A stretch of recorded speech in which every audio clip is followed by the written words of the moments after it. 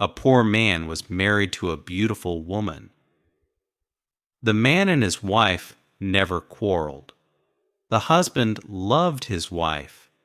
The wife loved her husband. They were very happy. But this happy couple had a rich, handsome neighbor. He saw the poor man's beautiful wife, and he fell in love with her. I want to marry her myself, he thought. Every day when the woman's husband was working in the fields, the rich man went to the poor man's house. "You're a beautiful woman," he said to the poor man's wife, "but your clothes are old. Why doesn't your husband buy new pretty clothes for you? I'm sure he doesn't love you. If he loved you, he would buy wonderful clothes for you. Divorce him and marry me. I will buy you beautiful new clothes, the best in the land." At first, the woman didn't listen to the rich man, but he came to her house every day, and every day he said the same things. At last, she began to think, perhaps my neighbor is right. Why doesn't my husband buy beautiful new clothes for me? Perhaps he doesn't love me. That night she said to her husband, "Look at me, husband. My clothes are old and ugly. I want new ones. Buy me some new clothes." Her husband smiled at her. "You don't need new clothes," he said. "You are the most beautiful woman in the world to me." She was angry. "Don't you love me?" she said. "If you love me, buy me a new dress." Her husband loved his wife and he wanted to please her. "I have only a little money," he thought, "and I need a new plow. But I want my dear wife to be happy." So the next day, he went to the market and he bought a new dress for his wife. He took it home to her and she put it on. "Thank you, my dear husband," she cried. "Now I know that you love me." When the rich man came to see her again, she was wearing her new dress. "You see," she said to him, "my husband loves me very much. He bought me this beautiful new dress." The rich man shook his head. "But a good husband doesn't only give his wife new clothes," he said. "He gives her gold. Where's your gold necklace? Where are your gold rings? Why doesn't your husband give you those?" He opened a box and showed her some beautiful gold jewelry. "Look at these," he said. "Divorce your husband and marry me, and I will give all these to you." The woman did not listen to him. "Go away," she said. "I love my husband, and he loves me, and we are happy together." But the rich man came again every day, and every day he showed her the box of jewels. At last she began to think, perhaps the rich man is right. Why doesn't my husband buy gold for me? Doesn't he love me? That day she didn't make a fire. She didn't cook a meal. Her husband came home late after a long day in the fields. He was tired and hungry. "There's no dinner for you tonight," his wife said. "You don't love me?"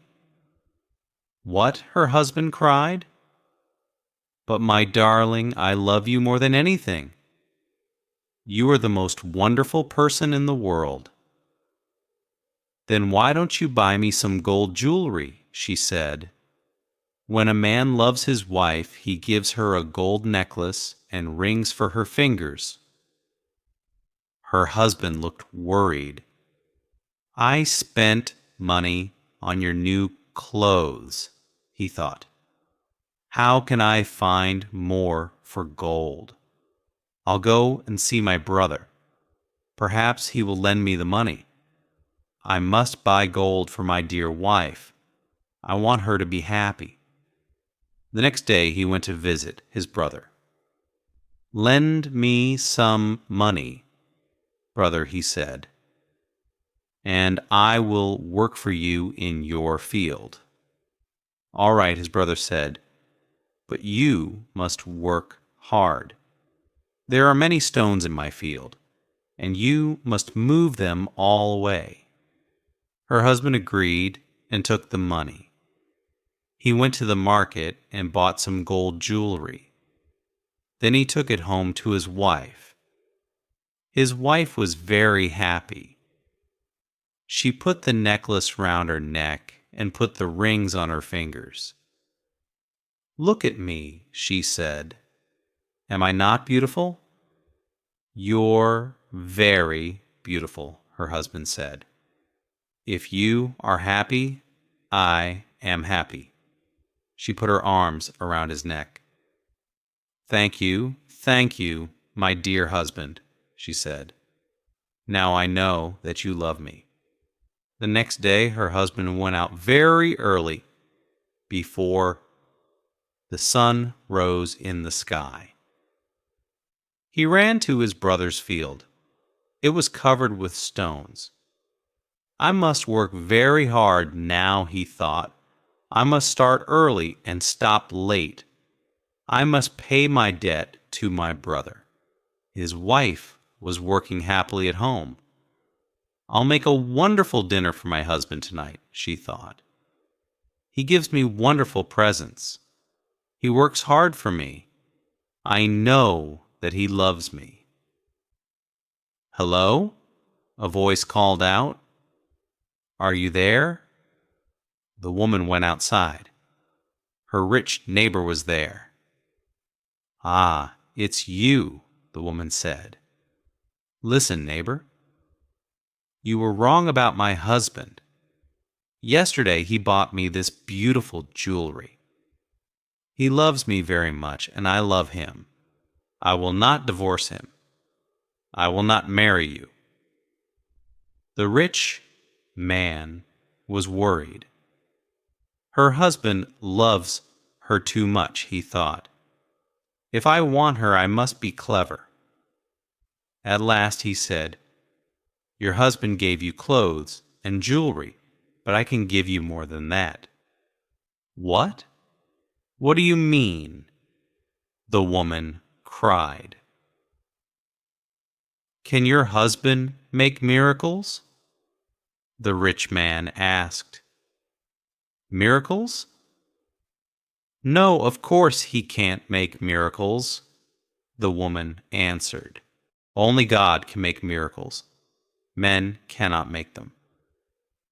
But I can, the man said, because I love you. Love can make miracles. If your husband loves you, he can make miracles for you. If you love me, I will make miracles for you. Make a miracle for me now, the woman said. I can't, the rich man answered. You must promise to love me first. You must leave your husband and come to me. Then I will make wonderful miracles for you. The woman said nothing, and the rich man went away. That night the poor man came home late. He was very tired and hungry. His wife brought water for him, and he washed himself. She brought delicious food for him, and he ate it. My poor husband, she thought, he works so hard for me, and he is so tired and hungry. The rich man is foolish. How can my husband make miracles? It's impossible. But the next day and the day after and the day after that, the rich man came to her house again. "Did your husband make a miracle for you yesterday?" he asked. The woman said nothing. At last the woman began to listen to him. One day when her husband came home, she was sad. "Wife, dear wife, what is wrong with you?" cried her husband. "Are you sick?" "No," she said. "I'm sad because you do not love me." "What?" cried her husband. "But you know that I love you. I bought you new clothes. I bought you gold jewelry. You're the most precious thing in the world to me." "But you don't make miracles for me," his wife said. Her poor husband was very surprised. "Miracles? Of course I can't make miracles," he said. "Why do you want a miracle? Who gave you the idea?" "Our neighbor came to see me today," the woman said. "He said, 'Love makes miracles.' He said, 'If a man loves a woman, he will make miracles for her.'" Her husband was very worried. "That wicked man wants to take my wife," he thought. "All this trouble comes from him. When he first came here, she wanted new clothes. Then she wanted gold jewelry. And now she wants a miracle. What can I do? If I don't make a miracle, perhaps my wife will leave me and marry him." The next day, he went slowly to work in his brother's field. "I must pray," he thought. "Only God can help me now." He looked up to heaven. "Oh, Lord God," he prayed, "please help me to make a miracle. I love my wife and I want to keep her. Don't let this rich man take her from me." He worked all morning. He was moving stones from his brother's field. In the middle of the day, he sat down under a tree to rest. A man was sitting there already. "Who are you?" the poor man asked. "I am a wizard," answered the man, "and I have a gift for you. Look, here are 2 sticks. They make miracles." The poor man said he was happy. "Now what kind of miracles?" "If you touch a person with the first stick," the wizard said, "he will become a donkey." The poor man thought of the rich man, and he smiled. "A donkey," he said. "That's very good. And if I touch him with the second stick, what will happen?" "He will become a man again," said the wizard. The poor man took the sticks and jumped up. "Oh, thank you, my friend," he said. "I prayed to God, and He sent you to me. Now I can keep my wife and punish my enemy." He ran home. "Wife," he called out, "come here. I'm going to make a miracle." His wife came out of the house. "A miracle?" she said. "What miracle? Look," said her husband. He touched her with the first stick. At once she became a donkey. She lifted her head and tried to speak, but she could not. Hee-haw was all she could say. Her husband touched her with the other stick. At once she became a woman again. "Husband, that's wonderful," she said. "It's a real miracle." "How did you do it?" "I prayed to God," her husband said, "and He helped me. And now, wife, I am going to punish my enemy." "Your enemy?" said his wife. "Who is that?" You know my enemy, her husband said. He was looking at her. He wasn't smiling now. It's the rich man, our neighbor. He comes to our house when I am working in the field. He gives you bad ideas. Ask your husband for new clothes, he says. Ask him for gold jewelry. Ask him for a miracle. Am I right? Did our rich neighbor give you all these ideas? His wife said nothing. And did you listen to him? Her husband went on. His wife did not look at him. She was ashamed. I'm sorry, she said. It's true. He said all those things. He wanted me to divorce you and marry him. And do you want to divorce me and marry him? Her husband asked. She looked at him. Her eyes were full of tears. No, dear husband, she said. I want to stay with you forever, and I will never listen to him again. Then take this stick, her husband said, and touch the rich man with it. He gave his wife the first stick, but he hid the second one in the roof. The next day, he went to work soon. The rich man arrived at the woman's house.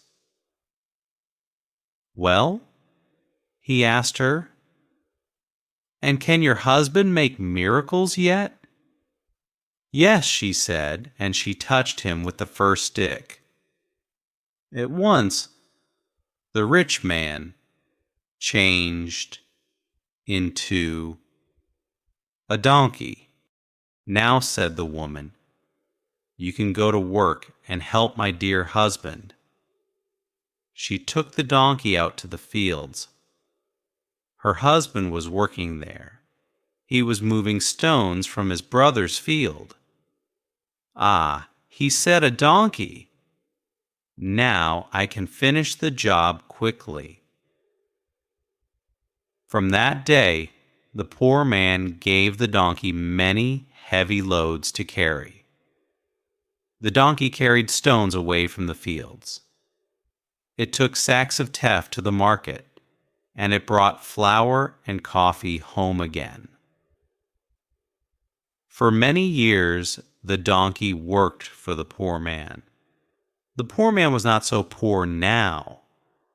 The donkey was helping him. He was becoming richer. One day, the poor man looked at the donkey. It was tired and old. It stood still. Its head was bent down. The poor man was sorry for it. He went into his house and brought out the second stick. Then he touched the donkey with it. At once the rich man stood there. But he was not a handsome young man now. He was old. His back was bent. He was very, very tired. You tried to take my wife away from me, the poor man said. That was wrong. Go home now. Don't look at other men's wives again. The rich man went away, and he never came back again. But the poor man and his wife lived happily together for many more years. In a humble abode, a poor man and his wife reside, their love unwavering, despite the neighbor's pride. With a touch of magic and faith, they conquer strife, a tale of love's triumph in